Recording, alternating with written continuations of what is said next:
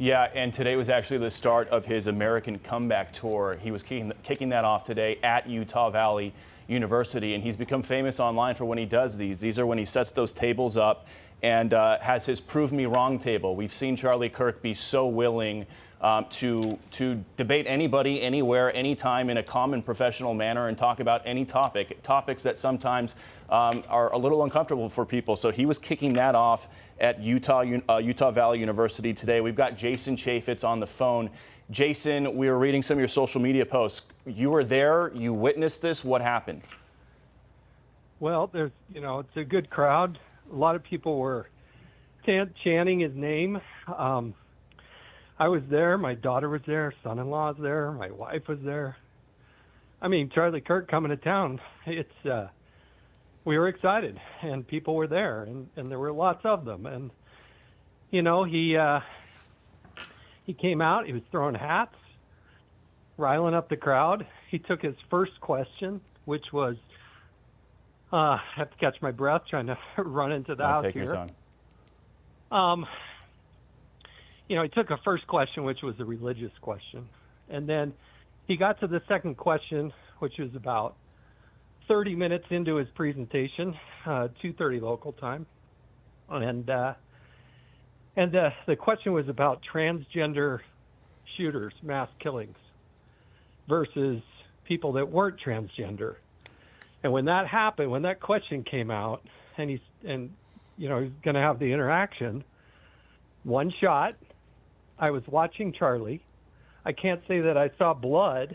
I can't say that I saw him get hit, but I did see him fall immediately backwards into his left. And I can just hope and pray that somehow he survived that. My God, we're all praying. He's married to his wife, Erica, for 4 years now. Jason, obviously, you're visibly very emotional, obviously, having just witnessed this. Married to Erica for 4 years, 2 children, a son and a daughter. All we can do is pray right now until we get an update on what exactly happened here and his condition, although there are reports that he was ushered off by his security team and if shot, obviously hoping he's getting immediate medical help. There are obviously, Jason, starting to be some pictures emerging online of the moment when this happened. There are even some photos of a man who was hauled off after this happened. So we're waiting on details and facts as this story develops. But we know Charlie. We've seen and heard from him many times over the years. He's been a very present conservative through the Trump movement, leading students. And to your point, Jason, you said he came to town. We came to listen. He has an enormous following and so many supporters that obviously would be praying for him right now, Jason. Well, I traded text messages with him. I traded text messages with him ahead of time, and I said, "Hey, Charlie, I hope they get a chance to see you. Our family would like to see you again, and we still want to see him again." So he said he was going to go for a few hours, and maybe we could see him afterwards. But gosh, it's just he's there doing the right thing. And it's so great to see all these 20-year-olds enthusiastic about politics in the world and to have an open dialogue. And Jason, I apologize. I don't want to cut you off, but we're getting some reaction in from California Governor Gavin Newsom. Remember, he had Charlie Kirk on his podcast earlier this year. He says, quote, "The attack on Charlie Kirk is disgusting, vile, and reprehensible. In the United States of America, we must reject political violence in every form." And Sandra, Jason, just talking to you, I feel sick to my stomach right now. The first encounter I had with Charlie was back when I was covering the border, and he would just DM me on Twitter saying, "Hey, thank you for those reports. You're doing a great job down there. Keep in mind, he's got a wife and kids, young guy." I'm in shock at this news, Jason. After you heard that shot go off, what happened? Hey, Bill, just let me jump in here. The FBI director is also just put up a statement on the Kirk shooting saying, quote, agents will be on the scene quickly, and the FBI stands in full support of the ongoing response on that campus. We're closely monitoring reports of a tragic shooting involving Charlie Kirk at Utah Valley University.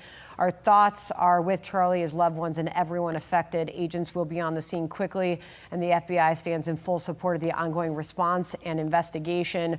Also, the Secretary of the Department of War, Pete Hegseth, on Charlie Kirk, saying prayers for Kirk, an incredible Christian, American, and human being. May the healing hand of Jesus Christ be upon him.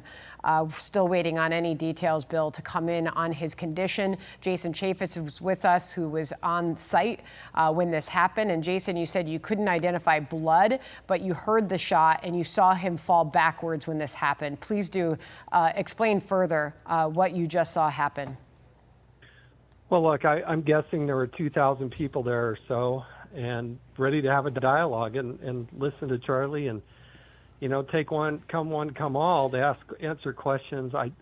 In the, 45 minutes or so, since it's happened, not even that long, 30 minutes since it's happened, the question was, what about transgender shooters, mass shootings? And, but as soon as the shot rang out, everybody hit the deck, and then everybody started scattering and yelling and screaming, as you might imagine.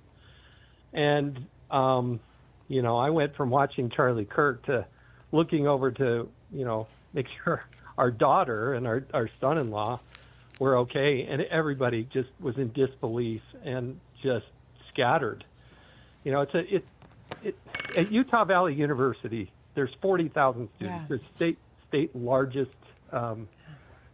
state's largest university. So there's what's called the quad in the middle, and anybody can come in and out. And Jason, if you could, Yeah. stand by with us as our coverage is going to continue. We're going to hand off to Martha McCallum here on this breaking news. Thanks for joining us. I'm Sandra Smith.